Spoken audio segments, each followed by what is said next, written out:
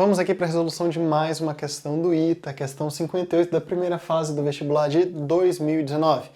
Mas antes da gente ir para o nosso enunciado, se você ainda não se inscreveu no canal, se inscreve aí agora, curte o vídeo e compartilha com algum amigo seu que está se preparando para passar no ITA junto contigo. Beleza? E vamos para o nosso enunciado.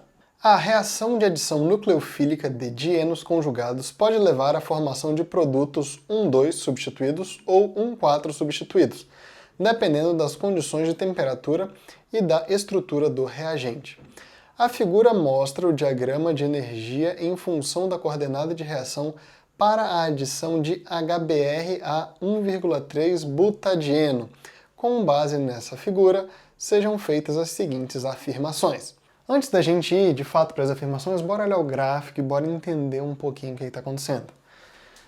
A gente tem uma reação orgânica acontecendo, e, no caso, a gente não vai fazer uma abordagem via reação orgânica, a gente vai fazer análise termodinâmica, porque é disso que se trata. Esse nosso gráfico é disso que se trata também as nossas afirmações.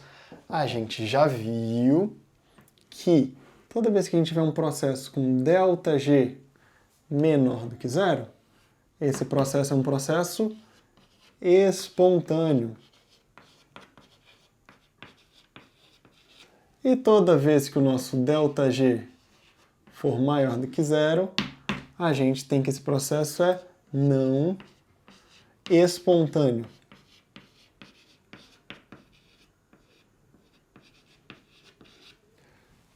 Beleza. Não quer dizer que esse processo não acontece, quer dizer apenas que alguém vai ter que fornecer energia para esse processo acontecer. E, nesse caso aqui, a gente não está acostumado a ver esse gráfico.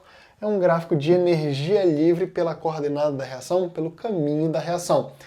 E aqui a gente pode analisar esse gráfico de maneira similar ao que a gente analisa no nosso gráfico de entalpia por caminho da reação.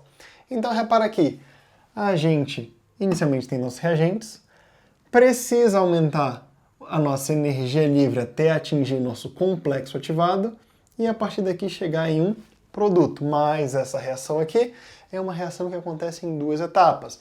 E a partir da formação desse meu produto, entre aspas, que como é uma reação com mais de uma etapa, que a gente vai chamar de intermediário, a gente vai ter um aumento da nossa energia livre até formar um novo complexo ativado e então chegar nos nossos produtos. Mas essa nossa reação aqui tem mais um complicador. Por quê? Porque a partir desse intermediário, a gente pode partir para dois mecanismos de reação diferentes. Um que a gente forma os produtos 1,4 e em outra que a gente forma os produtos 1,2. Beleza? Mas vamos reparar alguns nuances aqui. Repara bem que a energia livre dos produtos 1,2 é maior que a energia livre dos produtos 1,4. O que isso quer dizer para a gente?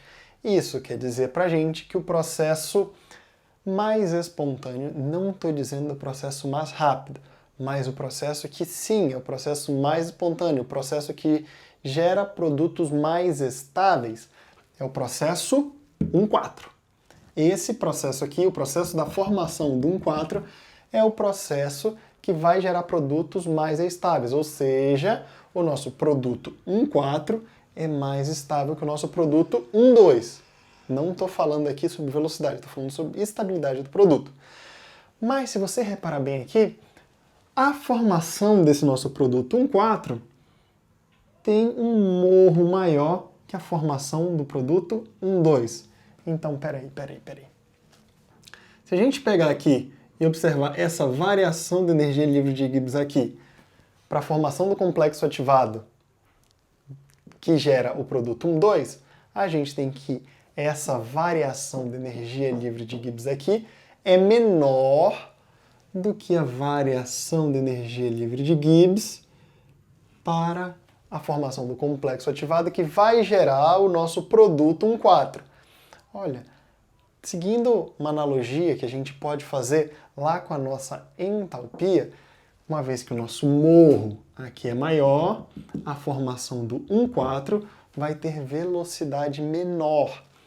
Já a formação do 1,2 vai ter velocidade maior. Uma forma de pensar é que, uma vez que o nosso ΔG para a formação do complexo ativado que gera aqui o nosso 1,4 é maior do que a variação de energia livre de Gibbs para gerar o nosso complexo ativado que gera 1,2, a gente tem que a formação do complexo ativado que gera o 1,4 é menos espontânea do que a formação do complexo ativado que gera o 1,2, e por isso a gente vai ter aqui que a nossa velocidade da formação do 1,2 é maior que a velocidade da formação do 1,4. Mas, dito isso, vamos aqui para as nossas afirmações. Afirmação 1. O produto 1,2 deve se formar mais rapidamente que o produto 1,4. Vamos lá. O produto 1,2 é o produto que tem menor energia de ativação. É o produto que tem aqui a formação de um complexo ativado com um menor aumento de energia livre de Gibbs. Então, sim, o 1,2 se forma de maneira mais rápida do que o 1,4. Essa nossa afirmativa está correta. Vamos para a nossa segunda afirmativa. O produto 1,4 é termodinamicamente mais estável que o produto 1,2. Vamos lá? Essa afirmativa está correta. O produto 1,4 tem energia livre de Gibbs menor que o produto 1,2, ou seja, exatamente por isso ele é mais estável. Eu não estou falando aqui sobre velocidade. Sobre velocidade a gente tem que olhar na energia de ativação, mas sobre estabilidade a gente olha exatamente para a energia livre dessa determinada substância. Vamos agora para a nossa próxima afirmativa. 3. Independente da temperatura da reação, há a formação de um intermediário comum a partir do qual os produtos são formados. Vamos lá, os reagentes interagem entre si, formam um complexo ativado e formam um cara aqui que de fato é um intermediário. E é um intermediário que vai gerar tanto os produtos 1,2 quanto os produtos 1,4. Então a nossa terceira afirmativa também está correta. E vamos agora para a nossa afirmativa 4. Se a temperatura for suficiente para fornecer energia aos reagentes intermediários para formar produtos, mas não for suficiente para reverter produtos em intermediários, o produto 1,2 será formado majoritariamente. Vamos lá, vamos com calma. O que a questão está falando para a gente é que se a temperatura que a gente tem no meio for suficiente para gerar reagentes em produtos, mas não for suficiente para fazer com que esses nossos produtos se transformem em intermediários, a gente vai ter uma formação majoritária do 1,2. Olha, isso está correto e eu vou te explicar por que está correto. A questão é a seguinte, repara bem. Olhando aqui, a gente tem que a velocidade de formação do 1,2 é maior do que a velocidade de formação do 1,4. Por quê? Porque a formação do 1,2 tem menor energia de ativação. Mas por que ele falou sobre essa questão de a gente ter uma temperatura suficiente para os nossos produtos se transformarem em intermediários? A questão é a seguinte. O nosso 1,2, só expressando aqui de uma maneira prática, ele entra em equilíbrio com o nosso 1,4. Sim. Esse nosso 1,4 ele pode se transformar em 1,2 e esse nosso 1,2 pode se transformar em 1,4. Mas o que acontece é o seguinte, para a gente ter essa conversão do nosso 1,2 no nosso 1,4, a gente precisa ter energia suficiente para fazer com que os nossos produtos voltem a ser intermediários e daí sim possam ser convertidos no 1,4. Então, pensa assim, se a nossa temperatura não é suficiente para fazer com que essa volta aconteça, vai acontecer somente a ida. E quando acontece somente a ida, a velocidade da formação do 1,2 é maior que a velocidade da formação do 1,4. Ou seja, se a gente tem que estar acontecendo somente a ida, a gente vai ter sim formação majoritária do 1,2, beleza? Mas uma vez que a gente tem temperatura suficiente para converter produtos nos intermediários, o que vai acontecer é o seguinte, a gente vai ter sim a formação com uma velocidade maior do 1,2. Mas uma vez que a gente tem energia para transformar os produtos intermediários de uma maneira mais lenta do que a formação do 1,2, esse nosso 1,2 vai sendo convertido progressivamente em 1,4. Mas por que, Amós?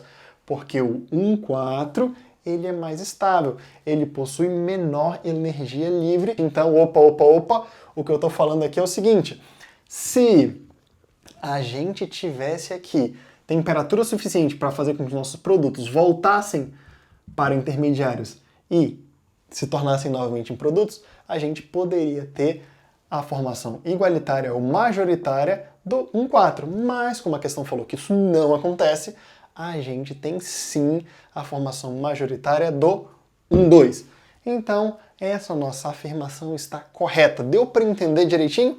Então, que a gente tem aqui todas as nossas afirmações estão corretas, o que vai dar para a gente o gabarito letra E. E aí, deu para entender direitinho a resolução dessa questão? Qualquer dúvida, deixa aí nos comentários e vamos juntos rumo à sua aprovação.